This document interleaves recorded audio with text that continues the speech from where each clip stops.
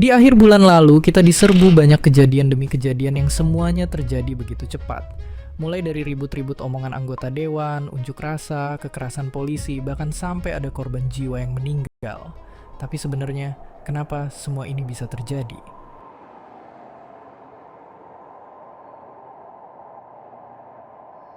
Salah satu pemicunya adalah besar pemasukan DPR yang akhir-akhir ini kesebar. Tunjangan rumah mereka aja hampir 10 kalinya UMR Jakarta. Padahal ada ahli yang bilang kalau ini nggak sebanding sama hasil rapor mereka setahun terakhir. Tapi masalah tunjangan ini baru puncak dari gunung es. Penyebab unjuk rasa lebih dari itu. Dan hampir semuanya berakar di satu masalah yang sama. Banyak orang ngerasa kalau pemerintah nggak kompeten. Mulai dari revisi UU TNI diem-diem, PHK massal, masalah-masalah program MBG, sikap ngejek rakyat yang ditampilin pemerintah, sampai demo-demo sebelumnya yang gak digubris. Semua ini bikin banyak orang merasa kecewa, marah, dan gak puas. Perasaan ini perlahan ngumpul, membesar, lalu meletus. Tapi terus pertanyaannya, apa yang bakal terjadi setelah ini? Oke, buat ngejawab itu, kita harus mundur dulu. Beberapa hari setelah negara kita ulang tahun, demo para buruh dan rakyat berujung ke penembakan gas air mata dan kekerasan aparat, dan puncaknya, mobil lapis baja mereka melindas pengemudi ojek online.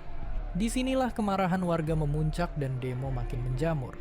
Tapi bukannya ditanggepin dengan nyelesain akar masalah, kita malah dihadepin sama rentetan kejadian yang semakin bikin resah. Termasuk pembatasan fitur live TikTok dan Instagram, sampai penembakan gas air mata di wilayah kampus di tempat yang harusnya jadi zona aman buat berpendapat dan tukar pikiran. Pusat pendidikan dan ilmu pengetahuan.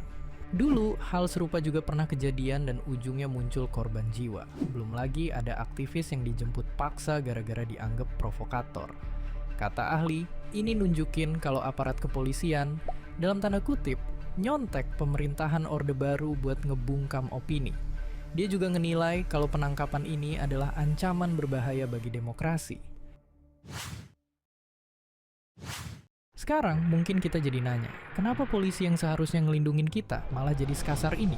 Sebenarnya sejarah kepolisian emang berkaitan erat sama perlindungan kepentingan penguasa. Walaupun udah jadi lebih modern, kekerasan polisi masih terus terjadi di seluruh dunia, termasuk di negara kita. Nah, kalau menurut lembaga penelitian ini, kepolisian Indonesia masih punya masalah mendasar. Belum lagi, hukuman buat anggota polisi sering dianggap nggak nimbulin efek jera.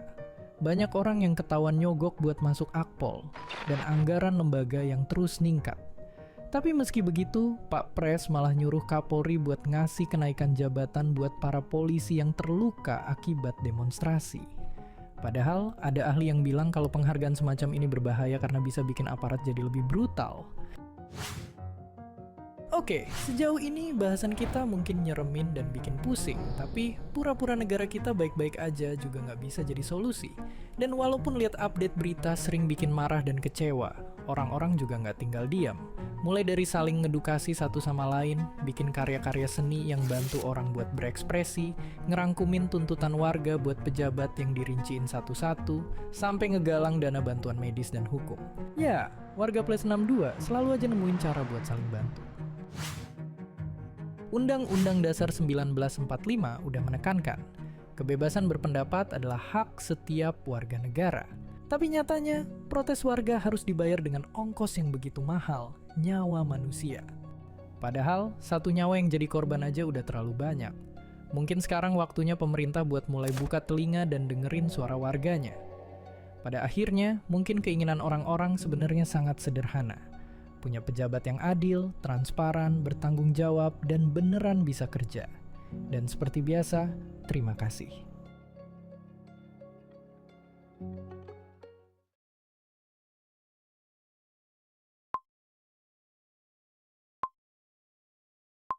Di akhir bulan lalu, kita diserbu banyak kejadian demi kejadian yang semuanya terjadi begitu cepat. Mulai dari ribut-ribut omongan anggota dewan, unjuk rasa, kekerasan polisi, bahkan sampai ada korban jiwa yang meninggal. Tapi sebenarnya, kenapa semua ini bisa terjadi?